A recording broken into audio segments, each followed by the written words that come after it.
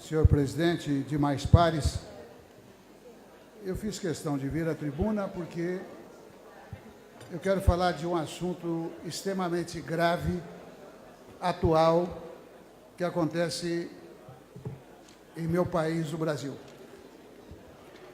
Trata-se do julgamento do ex-presidente Lula, que tem se caracterizado tanto por ações quanto por omissões do Judiciário, numa condenação sem provas. E eu quero utilizar do argumento que foi dado, não por alguém do PT, mas pelo jornalista Reinaldo Azevedo, que quem é brasileiro e quem não é poderá, se tiver a sua curiosidade, entender que ele é uma pessoa de direita, que foi quem inventou um termo pejorativo contra os militantes do PT, que é o petralha, para vocês terem ideia de quanto que o julgamento não convence. No dia 25 de janeiro, após a condenação do ex-presidente Lula, no Tribunal Regional Federal 4, ele escreveu: Lula foi condenado de algo que não foi acusado. Porque qual é a acusação daquele julgamento? É que o Lula teria recebido um famoso triplex, um apartamento, por ter facilitado 3 contratos na Petrobras, com uma determinada empresa. O próprio juiz Moro, que é o juiz natural da operação chamada Lava Jato, que trata da corrupção na Petrobras, disse que desconsiderava aquela acusação. Primeiro registro.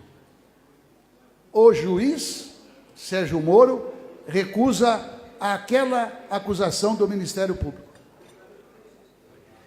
Por consequência, existe nesses processos o chamado juiz natural.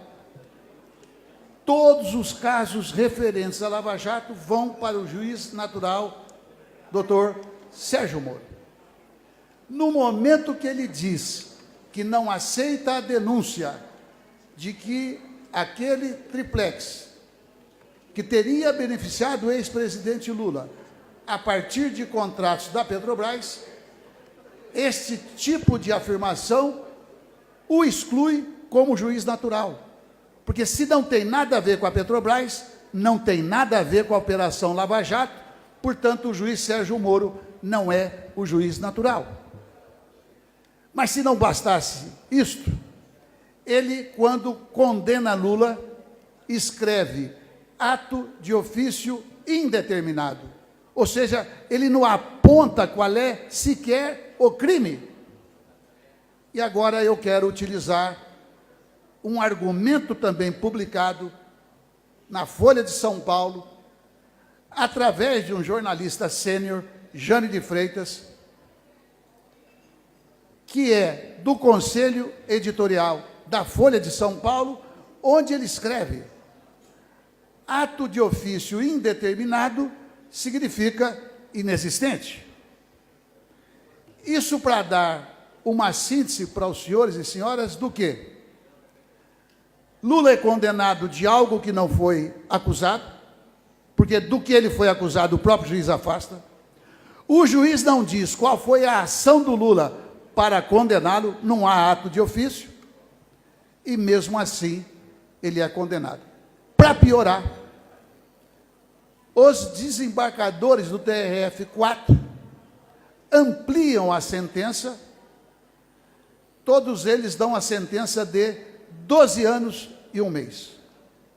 Se há uma instância recursal, o que se esperaria é que cada desembargador desse a sua opinião e até mesmo a sua sentença, se assim entendesse. Agora, durante o próprio processo, isso foi apontado pelo advogado que veio representante à ONU, que é conselheiro da rainha da Inglaterra. Ele apontou que durante aquele julgamento, o Ministério Público ainda atuava junto aos desembargadores.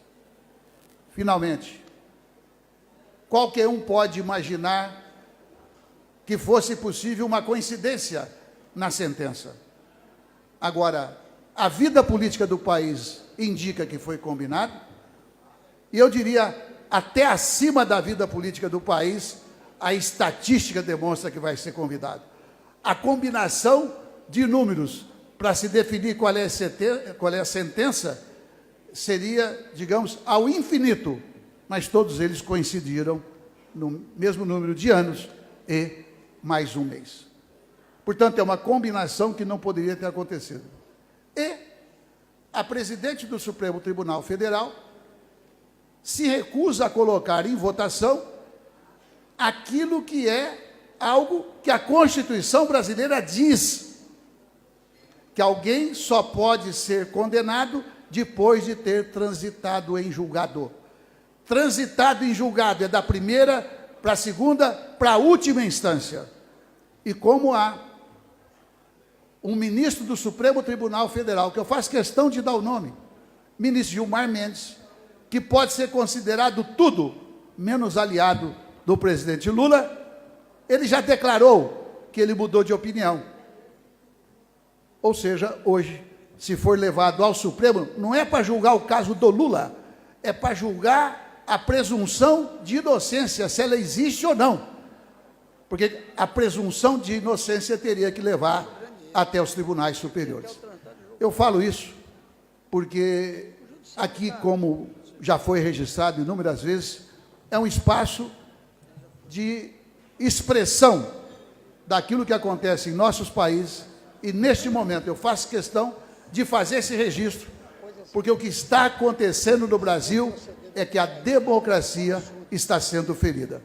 Se um país do tamanho e do porte do Brasil, que todos sabemos qual é, alguns se auto-outorgam a representação popular que ninguém lhes deu, significa a politização do judiciário, a politização do Ministério Público, a politização do Estado brasileiro, e aí, quando a justiça tem lado, a única coisa que não se faz é justiça. Agradeço a atenção dos senhores e senhoras.